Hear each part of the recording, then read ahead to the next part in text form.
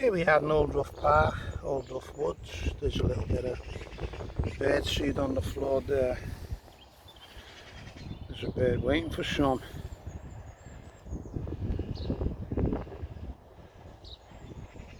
Seagull.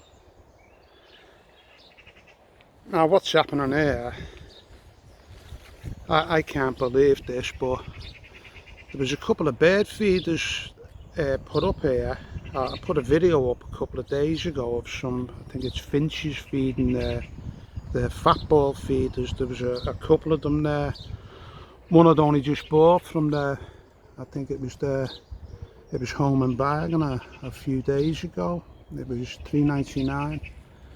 Now one vanished a few months back. I thought maybe the squirrels have dragged it away. I mean, maybe I'm being naive there, but someone's stolen it. Someone's stolen them 2 bird feeders there. Now, what sort of a tramp does that?